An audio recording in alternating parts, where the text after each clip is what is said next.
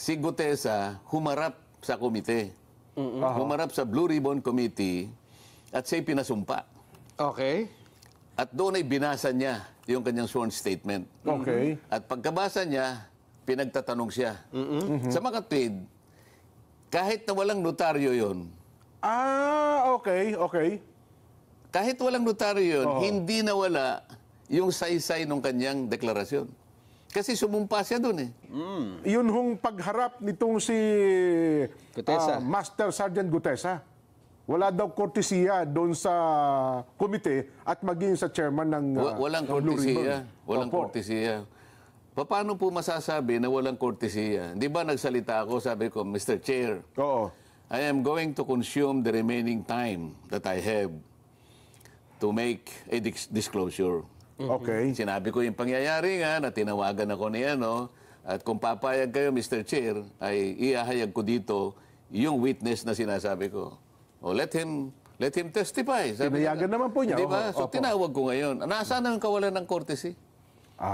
Pinagpaalam. Pinagpaalam ko eh. Oho. Malinaw. Simulan na natin ng pakikipag-away. Hindi, wag. Eto na po. Bago yung nangyari sa Senado, sa Senate Blue Ribbon Committee hearing, pagkatapos noon ay lumabas po, kagabi ata ito dyan eh, no? Oo. Na yung abogado na nagnotaryo doon sa lumitaw na testigo kahapon na si retired Marine Sergeant ba yun, Jen? Oo. Orly Guseta. At sinasabi niya na ito Gutesa yata. Gutesa. Yes po. Notary Public Attorney Pechi Rose Espera, September 25, 2025, ay categorically deny notarizing, signing, or participating in the preparation of the said document. Yung sworn statement affidavit daw po ni Guseta. The signature and notarial details attributed to me are falsified and unauthorized. Ibig sabihin, hindi daw po siya ang nag-notarize noong dokumento, nung sinumpang salaysay ni Gutesa, bagamat nandun yung kanyang pangalan. Kaya ang sabi niya rito, yan ay hindi totoong dokumento. Sen. Pero Sen, bago yun, pwede bang bigyan nyo kami ng konting background? Paano ba napunta sa inyo si Gutesa? Kasi parang ang dating, witness nyo eh. Pwede ba natin doon simulan, Sen? Kasi parang witness, Sen Dante Marcoleta. Parang Hindi, ganun po ang dating. narinig naman ninyo. Buong Kapuluan nakarinig Opo. ng... ako'y tinawagan ng aking kaibigan. Kilala naman ninyo isa sa mga kaibigan ko, si Mike Defensor. Okay po. Ayon sa kanyang paliwanag, itong naging witness na ito, matagal na niyang tinatangka na makausap niya ako.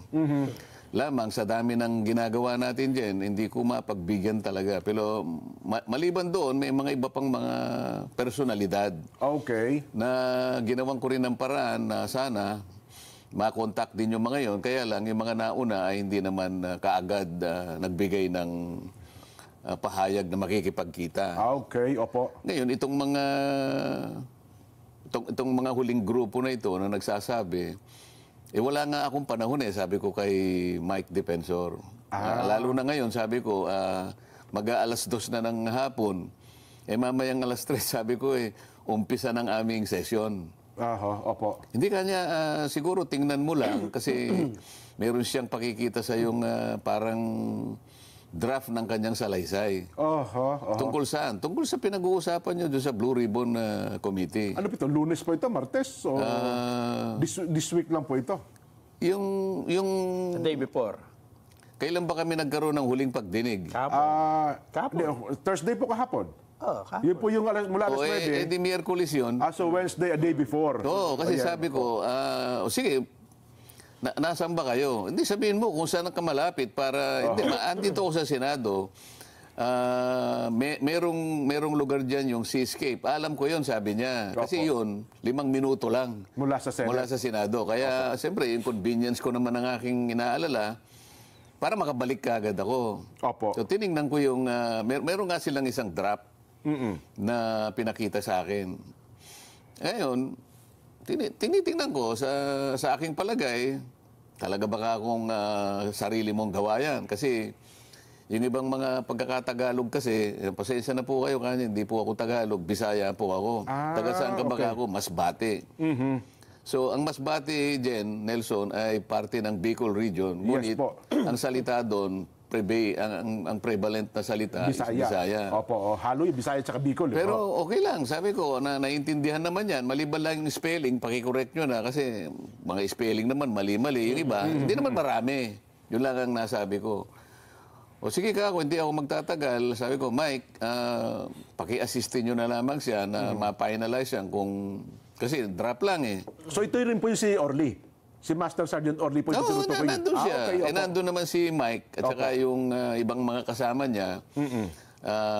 Ang requirement ko lang, sabi ko, siyempre, pandagdag naman na Kumpiyansa sa inyo. kumpiyansa sa akin yun. Ipanotaryo nyo naman. Para hindi lang yung dinala nyo sa akin, walang notaryo.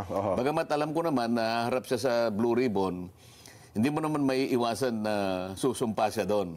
At pagkasumpa niya, pababasa ko talaga yung nilalaman ng kanyang salaysay. Opo. At mula doon, pagtatatanungin na siya ng miyembro ng komite. Sakto yun. Malinaw yun. Pero yung para sa akin lang na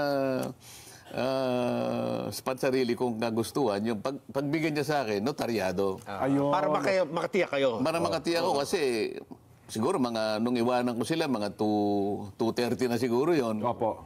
May panahon pa naman silang kumuha o manap ng magnunotaryo. Umalis na ako noon. At sabi ko, bago ko umalis, sige, kung talagang buo sa loob mo at talaga namang gusto mong ihayag yan sa publiko, bukas ka ako, ang oras ay 9:00 ng umaga. Siguro 8:30 para nandun ka na para makasiguro kang makapasok ka sa tamang oras. Yun po yung Webes. Yung Webes yun, oo. Okay, opo. So, yun ang pinagtapusan. Ngayon, kung darating siya, di okay. Kung hindi siya darating, okay din Ay, sa hindi akin. nyo rin expect na pupunta. Abay, sinabi ko nga, kung talagang buo sa loob mo, di ba? Opo. Kung buo sa loob mo at tapat ka sa hangarin mo na mailahad mo yan, kasi nakalagay doon, ito po para sa bayan na lang, sabi niya eh. Binasa ko naman eh. O di, sa akin, kung darating ka, okay. Kung di ka dumating, wala namang nawala sa akin. Diba? Dumating. Ayun. O, tapos, pagdarating niya sa akin, ilang bang kopya ang dala mo? Opo. Meron po ako ritong 5 kopya. Ito pong 4, sabi niya, ay original. Opo. Okay? Asan ka ako yung hindi original? Ito pong huli. Binigay ko sa kanya yung huli. Yung Xerox copy, kinuha ko yung 4 na original. Kasi ang balak ko, kaya kinuha ko yung 4, pagka-introduce ko sa kanya, bibigyan ko na ng kopya yung chairman, si Senator Lacson. Ping Lacson. At saka yung si Senator SP Soto. At yung iba, siguro yung kusining katabi ko, tsaka ako, 4. Opo. Kasi babasa ko na sa kanya eh. Para lahat kami, meron kaming kopya, lalong-lalo na yung chairman at saka yung Senate President. Ganun na nangyari. Ngayon, ang sabi nila ngayon, nabasa ko rin sa dyaryo eh, para bang kinotes ko daw yung... Kasi, kaya ko lang na binanggit na, teka muna, dahan-dahan kang magbasa, Ayun, opo. dahan-dahan kang magbasa, kung ano yung nakasulat, huwag mong lalakta. Parang kasi meron kang hindi nababasa. Alam din ni Senator Lacson yun dahil may kopya siya eh. Kasi doon sa pinakagitnang bahagi, meron siyang isang linya na hindi nabasa. Yung panapos ng papel, yung sa ilalim. Kinapos. Merong nalalaktawan doon eh. Kinapos. Hindi ko naman alam na ganun yung binabasa niya. Ngayon, yung binabasa ko yung kompleto. Bakit hindi niya binasa yung last line? Ipinalampas ko muna yon, baka magkamali. Tapos nung dumating na naman sa pangalawang pahina, nilaktawan niya na naman yung 2 pahina, ay yung 2 linya. Teka muna nga ako. Basahin mo ng maigi. Opo, Alam ni Senator Lacson at saka ni Senator Soto at saka Na may yung hawak katabi din ko, ng kopya, siguro si Senator Win, kasi may hawak kami binabasa. Sinusundan namin yung binabasa niya. Di ba? Opo. Lumalabas kasi sa social media. Sabi niya, sumagot siya, kasi po ito pong kopya ko, may putol yung sa baba. Ayun yung Xerox Kaya copy. ginawa ko, yung binigay niya sa akin, binigay ko sa kanya. Kanyang galing lahat yun, hindi naman akin yun eh. So yun po yung Xerox copy. Siguro pagkaka-Xerox. Oo, baka ganun nangyari. Kaya ang ginawa ko, ako na nagsabi, yan, pagpalit muna tayo. Makita ko nga naman, putol yung... So lumalabas Sinasabi nila ngayon, kino-coach ko na naman. Ayun po, Sen, ang lumalabas sa social media, TikTok, halos lahat, na lumalabas na kino-coach nyo raw yung itong si Hindi po, Master Sergeant yun Gutesa. pong binigay niya sa aking 4 na original, kinuha ko po yon sapagkat ang bala ko, yung isa, ibibigay ko kagad kay Senator Lacson na siya yung chairman. Yung isa naman, bibigay ko kay Senator Soto, siya yung Senate President. At kung sino yung katabi ko, bibigyan ko. Opo. At saka yung isa, para sa akin.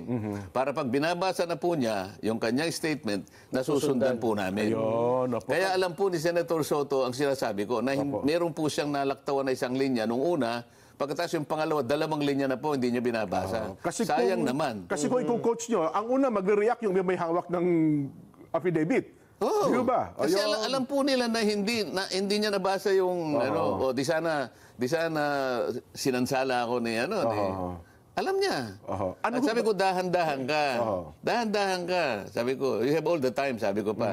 Para sa ganun, walang nalalaktawan. Eh, yung binabasa pala niya, may kulang pala sa gitna. Meron ho bang question? Halimbawa, binabasa niya, bukod doon sa affidavit niya, ay iba ang nababasa niya doon sa kanyang... Hindi matutuloy doon sa pangalawang kasi Ayun, 2 may linya yung kulang. nawawala eh. Nawawala. Paano kung recording yun? Hindi mare-record yung sinasabi. Tsak po yan, nakarecord Kasi sa magitan iba yung recorded eh. Yes po. Kaya ang gusto ko, kung ano yung binabasa niya, Yun maski din sa yung record, ganun din. Yes. So, Kasi ngayon, kahit babalikan mo yun, talagang may puto. Mapapakita ko talaga eh. Putol talaga eh. So, yun Ganun pala yun. nangyari. O yun ang una. Yes. O ano pa yung isang may kinalaman dyan? Yung notaryo. Yung notaryo. yes. O ganito.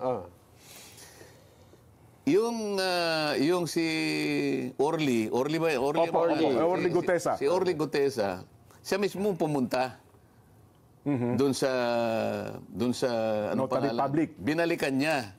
Binalikan niya eh kasi nagkamali po yung pagkakatype yung pong December 6, 2025. Hindi po 25, 24 kaya binalikan ko po kanya. Ang ginawa po nila, kinurek lang nila tapos pinapirma sa akin. Doon sa mismong notaryo. O sige. Kaya alam ko na pumunta siya dahil nga sinabi pa niya na meron pong mali dito. Para siguro korekin din yung record na iniwan niya. Kasi kukuha ng kopya yung notaryo. Yes po, oo. Ngayon, pag-usapan natin na sinasabi ng abogada na notaryo na hindi niya pirma yon. Yung nakapangalan mismo mo doon. O sige, sabihin na natin na maring hindi niya pirma. No? Granting na hindi niya pirma. Ngayon, sino ang maglalagay doon sa... Kasi yung notaryo sa bandang baba, merong nakalagay doon, doc number, page number, book number, series of 2025. Paano niya makikita yung notarial register ng abogadong nagnotarya? Makikita mo niya anong doc number may ilalagay niyo, anong number? Yung page number ng notaryo, alam niya? May papakita ba siya sa TV direct? Kasi meron nga yan, lumabas sa social media. Ilabas niyo yung pinakahuli para ma-explain malaman natin ang pinag-uusapan natin. Direct, ipakilabas nyo. Kasi nasa social media naman. Yung notaryo. Para nang sa ganun ay... Para malaman ng mga kababayan natin kung ano yung binabanggit natin. Ano yung pinag-usapan Di ba natin? doon sa left side ng dokumento, yung pinakahuli, napipirma ron yung notaryo, merong doc number, page Yes. number, book number, series of yung year. Yes. Nakastampad pa yun eh. Di yun, ano? Sige po, inahanap daw po, Pagkatapos, sir. yung sinasabi niya, yung notarial yung notarial details niya, hindi raw siya yon. Opo. Ibig sabihin, si Gutesa, kinuha niya yung stamp na yon, itinatak niya doon sa mismong lugar na kung saan siya magnonotaryo, saan niya kukunin niyo kung hindi bibigay sa kanya? Pagkatapos yung dry seal. Yes. Isa pa yun. So ibig sabihin, si Gutesa pumasok sa kanilang opisina, siyang naglagay ng dry seal. Kung yun ang pagbabatayan natin batay sa kwento nila. Paano magagawa nung Nung Gutesa. Gutesa? Oo. So ibig sabihin, sila rin ang gumawa nun. Ngayon, kung sino man yung pumirma doon at hindi nga siya, pananagutan ng pananagutan ng abogado Nakapirma. yun. Sana mapakita para malinaw. Sige po. Alam ko meron tayo yan eh. Habang hinahanap yun, Sige. ano ang implication, anong epekto noong hindi pala, halimbawa lang, for the sake of argument, na hindi talaga notarized yung peke, yung pagkakanotaryo. Ano ang epekto nun dun sa Granting. salaysay? Opo. Ang magiging epekto niyan, wala na. Bakit? Kasi subsequent to that event, si Gutesa humarap sa komite. Humarap sa Blue Ribbon Committee at siya'y pinasumpa. Okay. At doon ay binasa niya yung kanyang sworn statement. Okay. At pagkabasa niya, pinagtatanong siya. Sa mga tweet, kahit na walang notaryo yon, Okay, okay. kahit walang notaryo yun, hindi nawala yung saysay ng kanyang deklarasyon. Kasi sumumpa siya doon eh. So, kung titingnan mo ngayon, parang yung kung tatawagin yan sa legal term, surplusage, sabi nila. Surplusage, Ibig sabihin, with or without that, nananatiling balido Yung kanyang yung affidavit. salaysay niya. Dahil nga, sa katotohanan, na sumumpa siya. Sumumpa siya sa harap ng Blue Ribbon Committee. Nanonood ng taong bayan nung mga sandali na yon, di ba? Kaya nga. Tama po. Oo. Hindi lamang ibinigay yung mismong sworn statement, ito ay pinabasa namin. Kaya nga sinasabi ko nga sa inyo kanina pa, kailangan walang malaktawan. Ayun. Sinusundan namin yung pagbabasa ng kanyang statement eh. Dahil recorded yun. Recorded yun. Paano kung halimbawa, tingnan natin ang record, yung isang linya nawala. Pagkatapos sa susunod na linya, wala na naman. Kulang-kulang yung binasa niya. Magkakaroon ng problema doon. Ayun. Kaya ako pinaulit sa kanya, ulitin mo, dahan-dahan ka lang. Para recorded. Sa kanya yun, salita niya yun eh. Oh. Ito sa ano to? Okay na raw. Ipakita natin sa telebisyon yung binabanggit o yung dokumento. Hindi, yung pinakahuling, Yung sa huli. yung huling pahina, Last nandun page. yung... May pirma. Ayun, Yan, opo. ilaki mo nga yun. Ayun, merong nakalagay, doc number. Opo. Ano Sinumpaan at nilagdaan, ika... Hindi yung doc Opo. number nasa Doc baba. number yun. 255. Oh. Doc number 255. Paano makukuha Page number paano 54. makukuha nung ano yung yung 255. number ng document? Kasi makikita mo sa notarial register, susundan mo yun eh. Ang pinanggalingan mo siguro 254. So ngayon sa kanya 255. Page Nasa number. Page 58 sabi niya yata. Opo. Book number. Ano ba 'yon? Hindi ko po maintindihan. Parang letter V. Saan kukunin ni Gutesa yan? Gutesa. So, ang nag-provide yan, yung notarial staff, kung sino man yun, kung wala man yung abogado, may sekretarya siya, at saka yung sinasabi ko sa yung stamp na yun, Yes. yung kulay asul.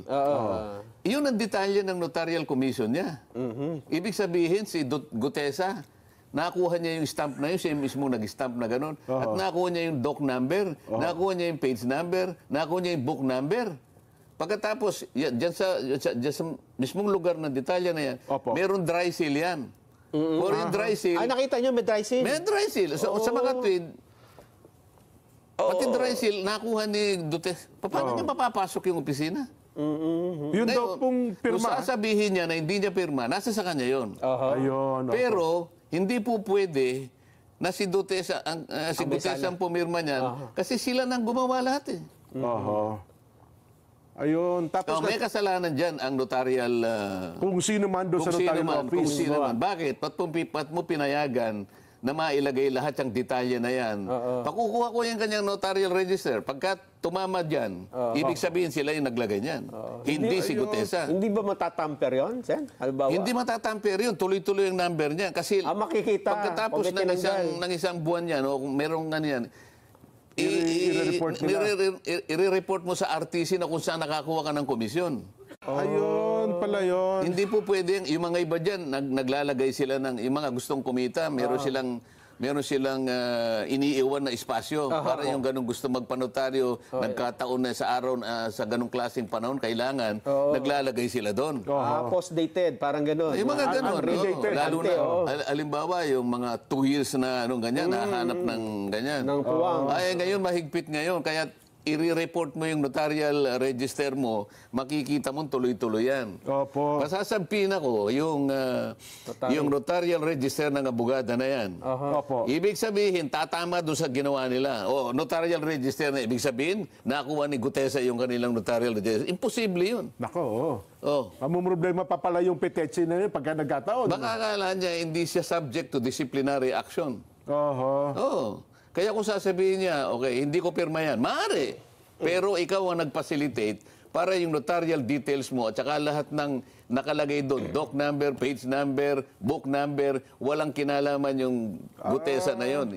Kahit kailan hindi niya makikita at hindi niya alam kung saan niya kukunin yun. Maliban ako, sinabi yung sandali yan, nakugub ang kanyang opisina, no? Oh, imposible naman yun. Imposible. At halimbawa, Sen, may nakapanood dyan at dyan din nagpanotaryo. Nako. At ipakita, dyan ka kami nagpapanotaryo, yan talaga yung pumipirma. Yari yung Si law Atty. office na yan. Talagang gagawin natin dyan, para makita yung katwiran dyan. Yung notarial register, pasasabpi na natin. Ayun. Makikita mo, para ko nang nakita, tatama do sa page number, doc number, page number, book number. Yung tatlong yun. Kasi yung series of, yung year lang, madali naman yun, 2025 eh. Eh, pagka sinabing nawawala po, bigla nawala. Si bahala na kayong gumawa ng konklusyon. So, kabida natin, halimbawa, talagang yung pirma doon, kasi meron siyang pirma eh. Kung hindi ba nakuha natin ng staff natin? Pagkaraniwan kasi yung mga staff, kasi kung minsan wala yung basta Wala yung bugado mismo. i-ano lang sa kanya, Viber mo nga sa akin lang, babasahin ko, kanya gano'n. Opo, Pag binasa niya, okay naman sa kanya. O sige, kanya, inotaryo mo. Pwede pumirma yung mga gano'n ang ginagawa ng iba eh. Kasi kung minsan wala siya doon eh. Hindi naman lagi maghapon yun, nakabantay doon sa kanyang notary. May bayad kasi yun eh. Yes po. Hindi ko na alam ngayon kung magkano yung bayad sa mga notaryo. Ang sabi ng isang senador, hindi ko na babanggitin para hindi na kayo mag-away-away, kung mapapatunayang nating peke ang notaryo, mawawalan ito ng bisa at bababa ang kredibilidad ng testigo. Sinabi ng isang senador. Oo. Sinabi niya. Ano yung senador? Abogado, ba yan? Abogado po ito. Senador na abogado? Abogado. Sige po. Oo. So, paano po yun, Sen? Baka siyang bumaba ang kalidad. Kasi, hindi ba niya alam, nandun kami, ewan ko kung nandun siya, no? Pero ang sinasabi ko, sumumpa yung witness. Okay. Si Gutesa. So ano man yung pagkukulang, halimbawa, aminin na natin kunwari lang, granting na talagang hindi yung pumirma, granting na nakuha ni Gutesa yung pangtatak. Yung Siyam na meke. Yung stamp. Pagkatapos nakuha pa niya yung notarial register na nakatago Pati yung mga numero. Makapal na libro, journal yun eh. Opo. I-assume natin na alam niya kung saan niya kukunin yung number. Siya yung naglagay, ano? Pagkatapos nakuha niya yung dry seal, at siya yung naglagay ng dry seal. Okay? O, di peki talaga, no? Kaya lang sumumpa nga siya. Humarap siya sa komite. Pagkatapos, binasa niya yung kanyang sworn statement. At pagkatapos nun, in-interpellate siya. Oo, pinagtatanong pa po siya doon. Buong bansa ang nakikinig. Parang, ang ibig lang sabihin nun, nawala na, kay Menotaryo wala. Sa hindi. Doon na napunta eh. So, Kaya yung curative effect nung nandun na yun. Kaya wag mo sasabihin na nawalan ng visa yung... Kung halimbawa, private document lang, halimbawa, deed of sale, baka sakaling maniwala ako. Hindi naman na subject sa ano yun eh. Ito merong committee eh. Ayun. Di ba? So kung pumunta doon, halimbawa, natapos po siya ng sa kanya pinanotaryo, wala rin diferensya yun, Sen. Ano na, natapos siya. Walang notaryo. Sinabi nyo, pwede ba yung statement mo, ipanotaryo nyo after na siya humarap sa pagdinig? Oo, kung kakailanganin pa. At para lamang lahat ng nagdududa masatisfy kahit hindi na kailangan. Sige, panotaryo nyo uli. Wala namang problema kung panotaryo mo. Ayun pala ang ibig sabihin noon. Well, doon alam mo, hahanapan na lang ng ano. Diyan mo makikita, hahanapan ng butas. Diyan po kayo magpakatalino. At ang gagawin kasi diyan, ang lahat, sasabihin nila, tingnan mo si Senator Marcoleta. Siguro siyang may kagagawan diyan eh. Ayun na nga po, lumalabas na yun. Wala po akong kinalaman. Kasi ang binilin ko sa kanila, kung talagang buong loob mo, at talagang ikaw ay naniniwala na dapat mong ihayag yan, bukas kailangan 8:30, nandun ka na sa Senado. Kasi 9 o'clock ang umpisa, 8:30, kasi dami pang pagpasok mo, dami mong pipirma, dami mo, no? Para makapasok ka, magpakaaga ka ng konti. Ako naman, nakikipagsapalaran. Kung darating, di darating. Kung hindi darating, hindi dumating. Nako. So, yun ho pala. So, nasagot na yung dalawang tanong, Nelson, ano?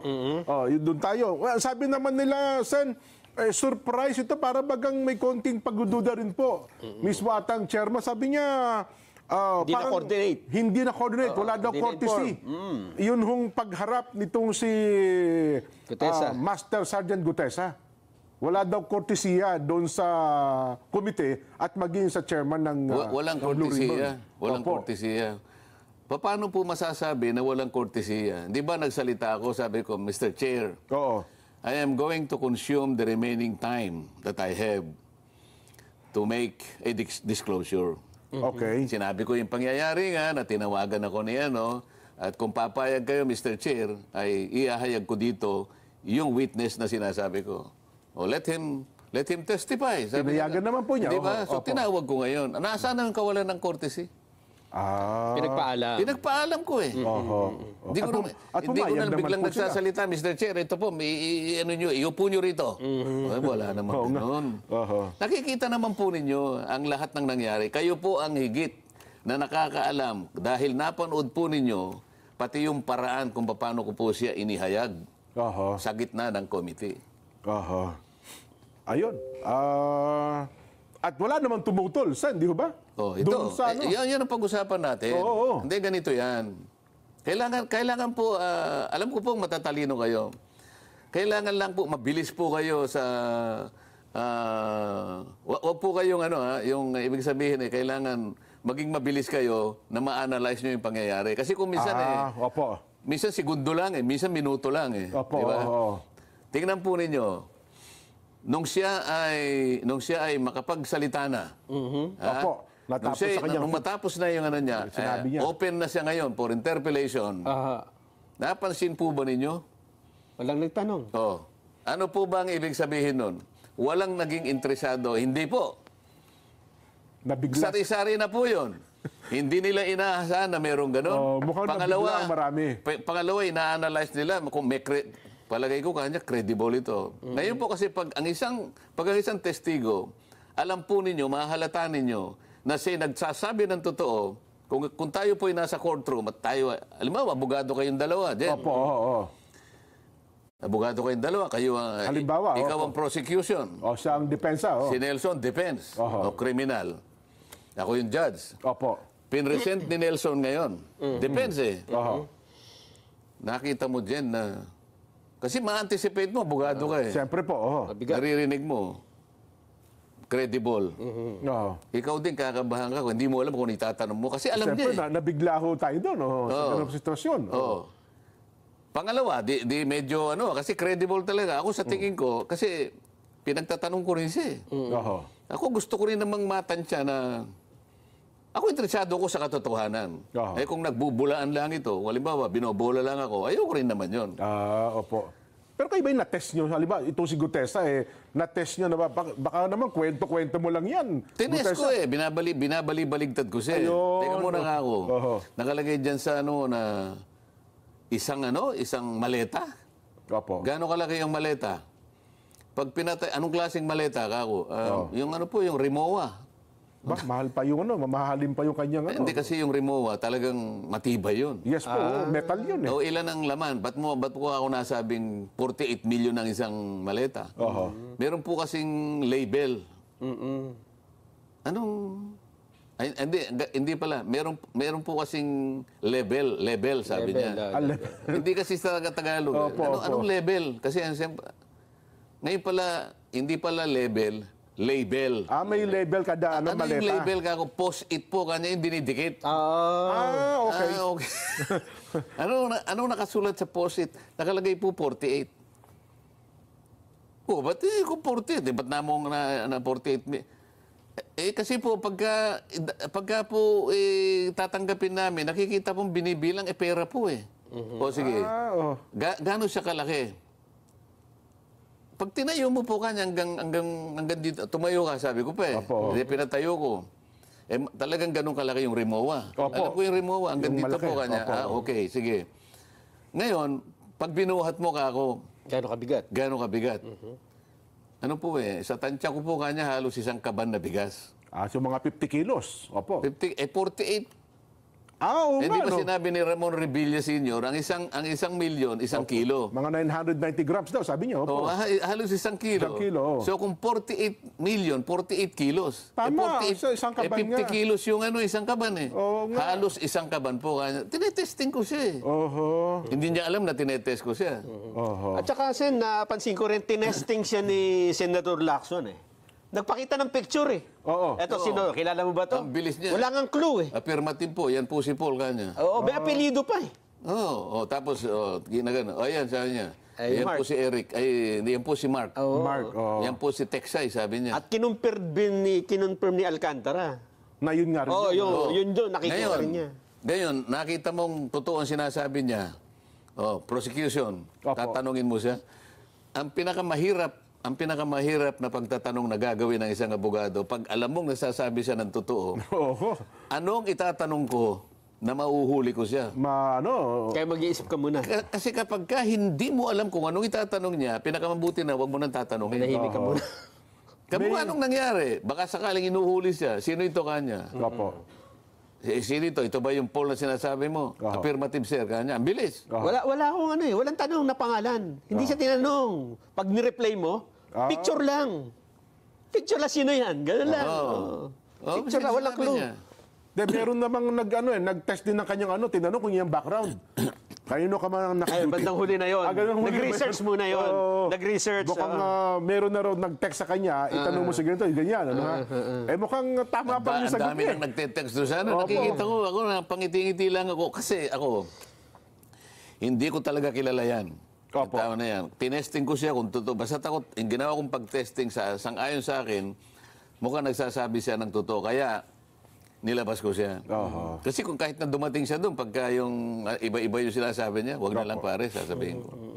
Mia Sen, ituloy natin yung laman, yung mga sinabi nitong si Gutesa. Pero para lang po mailatag natin yung ating magiging Vox Populi sa araw na ito, meron kasi mga nagpalutang na ngayon, Sen, ng ideya. Kasi ang Kamara, tinurn over na ang mga dokumento sa Independent Commission for Infrastructure, ito pong ICI. Ang Senado po, bagamat kayo nagpatuloy itong mga nakalipas na araw, may mga higing-higing na kami narinig na para bagang may mga paunang salita na parang plano na rin itigil ito at yung mga ebidensyang nakalap ninyo, baka i-turn over na rin daw po sa ICI, Sen. Mukhang yun po. Baka magkaroon pa ng ilang pagdinig. Baka maring meron pang isa. Kasi itong nangyaring mga revelations, itong huling pagdinig, Opo. merong nagmungkahi na tawagin yung nakita nyo sa litrato. Para Okay. sa akin, tama-tama lang para lalong mabigyan ng koneksyon o mapagtibay yung sinabi nung surprise witness na sinasabi Gutesa, nila. baka mag-corroborate. Dahil binanggit nga yung pangalan ng dalawa na silang tumatanggap at nagbibilang ng pera. Opo. Ngayon, mukhang tatawagin, ipatatawag, isasabi na eh. O kapag ka ginawa yun, makikilala uli nung yung dalawa. Oho. O ngayon, at naimungkahi ko rin, na nabanggit naman ka ako yung pangalan ni... Dating gobernador. Hindi, yung si Congressman Toby Chanco, binanggit niya yung... anong pangalan? Saldico. Okay, opo. Si... Gobernador Chavit Hindi, Singson. Yusek Bernardo, binanggit niya si Saldico. Opo. Yung dalawang congressman di umano ay binanggit doon sa sworn statement ng Diskaya, binanggit si Saldico at si Speaker. Bakit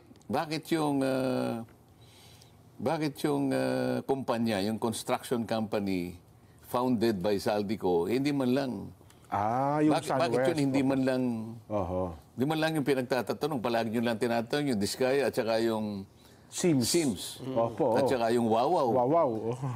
Siya yung pinakamaraming nakuha yung SunWest. Oho. Tapos sabi ko, merong disclosure ka ako si Governor Chavit Singson. Hindi nyo ba Iimbitahan. iimbitahan? Maring imbitahan, sabi. Pero hindi sila nagbigay ng susunod na...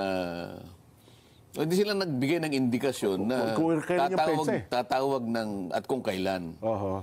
Ang Yan ang sabi, hintayin natin. ang sabi lang po doon sa huli, magpapatawag pa ng investigasyon, pero kung kailan, wala eh. Walang sinabing definite. Okay lang yun. Pangkaraniwan okay. naman, i-announce din naman kung meron ganon. pa. Oo. So, hintayin natin. Sige po.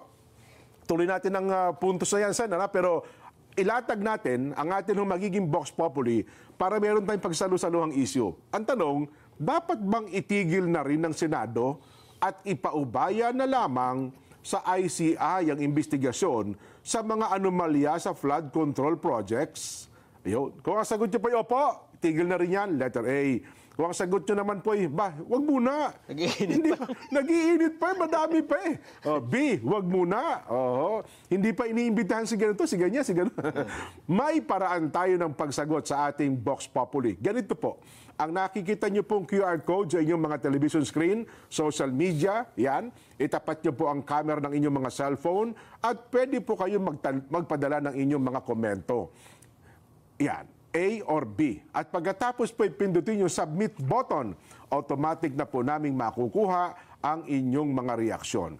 Kung gusto naman po niyo mag-text sa amin pong text hotline, ito po ang number, 0916-500-3846. Huwag po kalimutan ng ating mga texter, ipakilagay po ang pangalat lugar kung kayo po ay taga saan. Live po kami napapanood via Facebook at YouTube sa Net25 News and Information.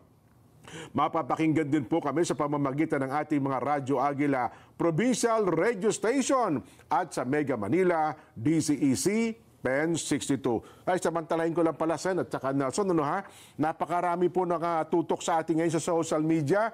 Ang amin pong lambing, kaibigan man namin kayo o hindi, gusto nyo man ang amin sinasabi, pero sana pakipindot nyo na rin po yung subscribe button, like at saka follow para maabot na po natin yung ating 1 million subscriber. Ayun. Magbabalik pa po ang Saganang Mamamayan.